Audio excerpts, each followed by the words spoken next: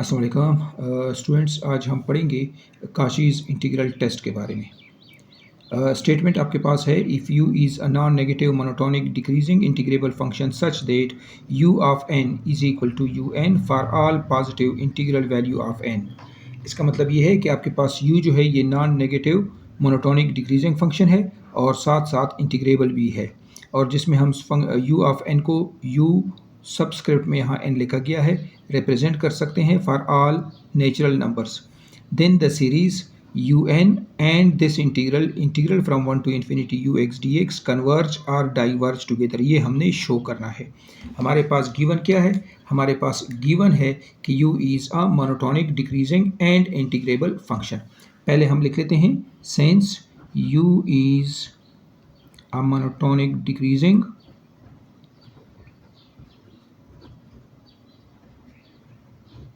decreasing function, therefore हम लिख सकते हैं कि un is greater than or equal to ux greater than or equal to un plus 1 for all n less or equal to x less or equal to n plus 1। यानी आपके पास अगर n less or equal to x less or equal to n plus 1 है तो इनके output क्या हो जाएंगे? u ऑफ n वो ग्रेटर हो जाएगा बिकॉज डिक्रीजिंग फंक्शन है, तो ux फिर उससे ग्रेटर हो जाएगा un प्लस 1, यानी u of n greater or equal to u of x greater or equal to un plus 1। अब हम कहते हैं also since u is integrable function, function u जो है ये इंटीग्रेबल भी आपके पास है, देयरफॉर आप इसको इंटीग्रेट कर लें। कहाँ से? आपका लोअर लिमिट होगा दिस n और अपर लिमिट आपका आएगा n प्लस 1, यानी integral from n to n plus 1 u of n dx greater or equal to integral from n to n plus 1 ux dx greater or equal to integral from n to n plus 1 u n plus 1 dx। अब आप इन integration को solve कर दें। u n constant है, आपके पास कोई number होगा तो u n आपने कॉमन कर लिया, u n n plus 1 dx greater or equal to limit है इंटीग्रल का from n to n plus 1 ux dx greater or equal to U N plus 1, ये आपके पास आ जाएगा integral from n to n plus 1 dx। यहाँ इस un हम जानते हैं कि un को मैं लिख सकता हूँ किस तरह से? स्टेटमेंट में गिवन है कि u ऑफ n को आप un लिख सकते हैं, तो मैंने इसके लिए जो टर्म आपके पास है जिसकी वैल्यू आएगी un ये आपने लिखा, और ये इंटीग्रल आप जब सॉल्व करेंगे तो इससे आ जाएगा x। अपर लिमिट और लोअर लिमिट हम फिर पुट करेंगे, greater or equal to integral from n to n plus 1 ux dx greater or equal to, इसको मैं लिख सकता हूँ un plus 1, u of n plus 1 को मैं लिख सकता हूँ un plus 1, जो कि ऑलरेडी आपके पास गिवन है कि u ऑफ n को आप un लिख सकते हैं। यहाँ आपके पास इंटीग्रल आ जाएगा x इसका, n और n plus 1 इसका अपर लिमिट हो जाएगा। अब इस यहाँ से क्या आ जाएगा आपके पास? un, पहले आप अपर लिमिट पुट करेंगे तो n plus 1 minus n greater or equal to n plus 1 ux dx greater or equal to un plus 1, यहाँ से आपके पास आ जाएगा n प्लस 1 माइनस n, तो ये n माइनस n कैंसिल, इधर भी आपके पास कैंसिल हो जाएगा। आपके पास आ गया un greater or equal to, यहाँ मैंने लिख लिया n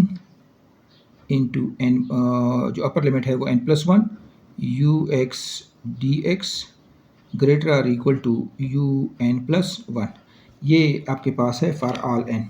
इसी को हमने कह दिया इक्वेशन इनइक्वलिटी 1। अब यहाँ आप पुटिंग कर लें n की वैल्यू 1 से लेकर n माइनस 1 तक, फॉर n इक्वल टू 1 आपके पास आ जाएगा u1 greater or equal to integral from 1 to 2, because n की जगह 1 n प्लस 1 आपका 2 आ जाएगा, ux dx greater or equal to u2, इसको आपने ये रोमन वाला 1 कह दिया, फॉर n इक्वल टू 2 आपके पास क्या आ जाएगा u2, यहाँ पुटिंग कर रहे हैं तो आपके पास आ जाएगा u2 greater or equal to integral from 2 to 3 ux dx greater or equal to u3 because ये आपके पास है un+1, तो un+1 जो है वो आपके पास 2+1 आ जाएगा 3, इसको आप इनइक्वलिटी 2 कह दें। सिमिलरली जब आप मज़ीद इसको करेंगे इसी तरह से,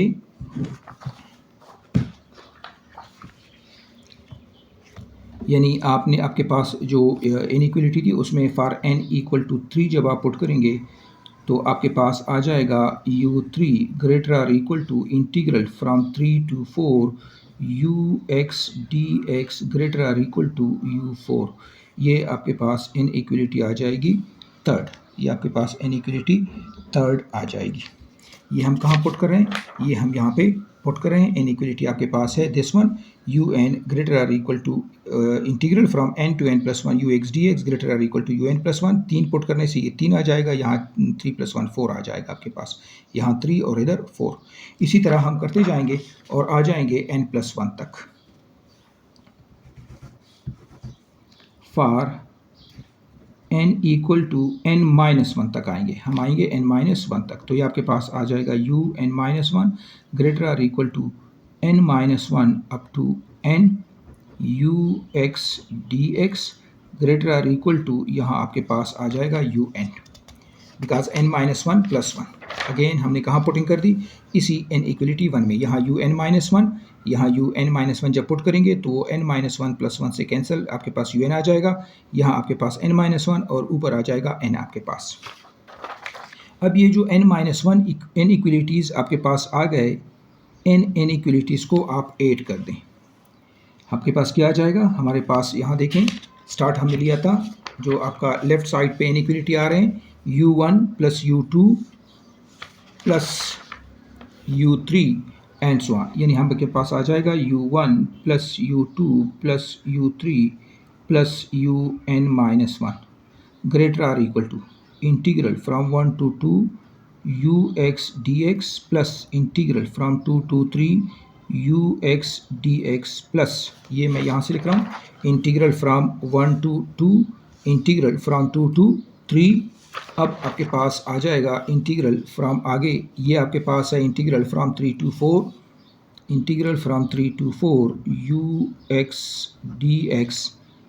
प्लस लास्ट में आ जाएगा integral from n-1 to n ux dx greater or equal to,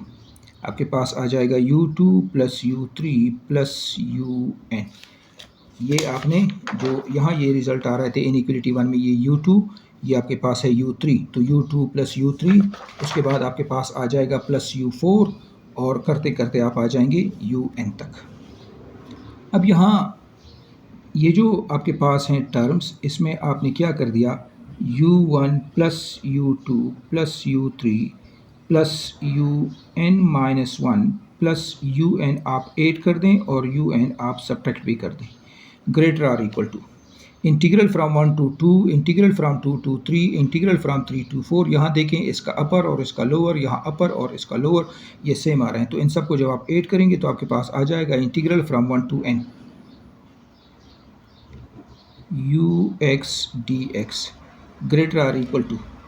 जो आपका राइट साइड पे इनइक्वलिटी के टर्म्स हैं, तो ये u1 + u2, ये u1 हमने खुद से ऐड कर डाला, प्लस u3 + un - u1 आपने ऐड किया और u1 आपने सब्ट्रैक्ट भी कर डाला, और इस साइड पे जो लेफ़्ट साइड था उसमें आपने un ऐड भी किया और सब्ट्रैक्ट भी कर डाला। हमारे पास u1 से लेकर un तक ये आपके पास sn यानी nth sum of n terms आपके पास आ जाएगा, सीरीज़ के जो पहले n टर्म्स हैं उनका सम आ जाएगा, minus un greater or equal to integral from 1 to n ux dx greater or equal to, आपके पास आ जाएगा sn - u1, आपके पास आ जाएगा sn - u1 हमारे पास यहाँ पे आ जाएगा। अब अगर हम इसको कह लेते हैं इनइक्वलिटी नंबर 2, इसको हमने कह दिया इनइक्वलिटी नंबर 2। अब इसको अगर आप मज़ीद करेंगे तो फ्रॉम टू वी कैन या we have, from two we have, अगर मैं लिखूं ये वाले दो टर्म तो आपके पास मैं लिख सकता हूँ इसको S N minus U one less or equal to integral from one to N you x D X, U x D X integral from one to N वो ग्रेटर है और ये वाला साइड छोटा है तो आपने इस साइड पे लिख डाला। हम मज़ीद लिख सकते हैं कि S N is less or equal to integral from one to N you x D x plus U one, ये यू वन आप इस साइड पे आपने शिफ्ट कर डाला।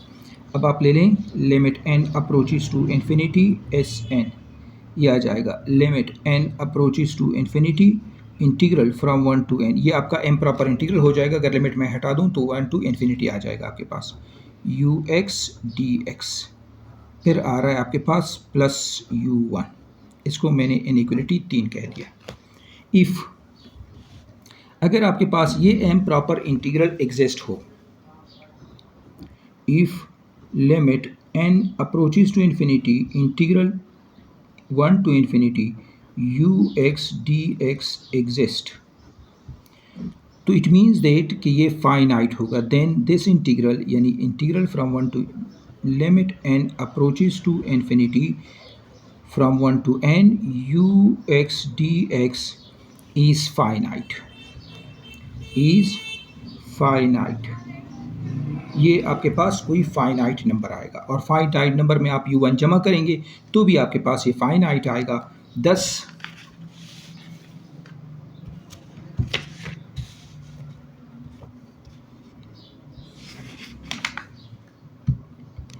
मैं लिख सकता हूँ देयरफॉर, अगर ये फाइनाइट है तो therefore inequality 3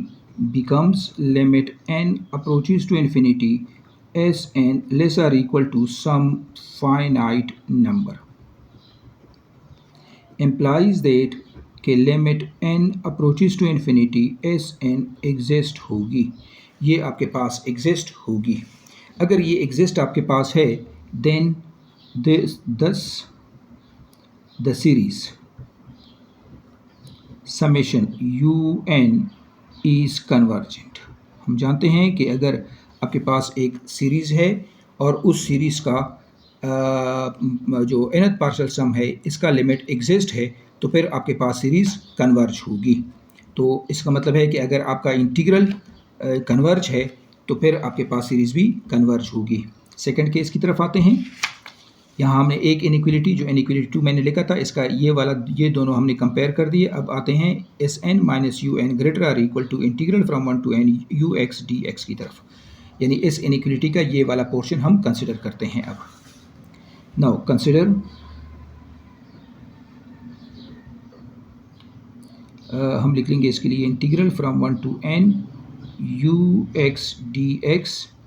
is less or equal to S N minus U N, ये हमने फ्राम एन इक्वलिटी 2 लिख लिया। हम लेते हैं integral from one to N you x D x plus u n less or equal to S n, limit ले लें limit N approaches to infinity integral from one to N you x D x plus u n, u n आपके पास एक number है, एक definite number आपके पास होगा, less or equal to limit N approaches to infinity S n. अब इसको अगर मैं इनइक्वालिटी 4 कह दूं तो इफ़ आपके पास ये जो लिमिट है limit N approaches to infinity integral from one to N you x D x diverge, that is diverge से मुराद है कि आपके पास limit N approaches to infinity integral from one to N you x D x is equal to किसके बराबर आ जाएगा infinity. इसका मतलब है कि अनडिफाइंड आपके पास आ रहा है। अब इन्फिनिटी में आप यू एन ऐड करें तो इन्फिनिटी आ जाएगा, तो इनइक्वालिटी 4 जो है ये आपके पास आएगी infinity less or equal to limit N approaches to infinity S n. इसका मतलब है कि आपके पास ये जो nth पार्शियल सम है इसका लिमिट एग्जिस्ट नहीं है,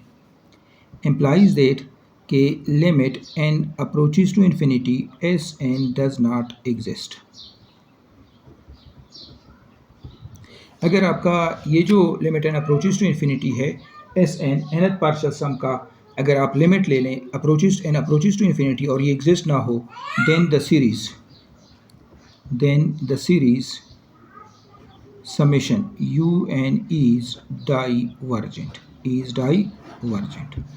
लिहाजा हमने प्रूफ कर डाला कि अगर आपके पास एक non negative monotonic decreasing integrable function है और फिर आपके पास यानी अगर आपका integral from 1 to infinity you x D x converge है तो फिर सीरीज़ भी कन्वर्ज होगी। इसी तरह अगर आपका integral from 1 to infinity you x D x diverge है तो फिर ये सीरीज़ भी डाइवर्ज होगी।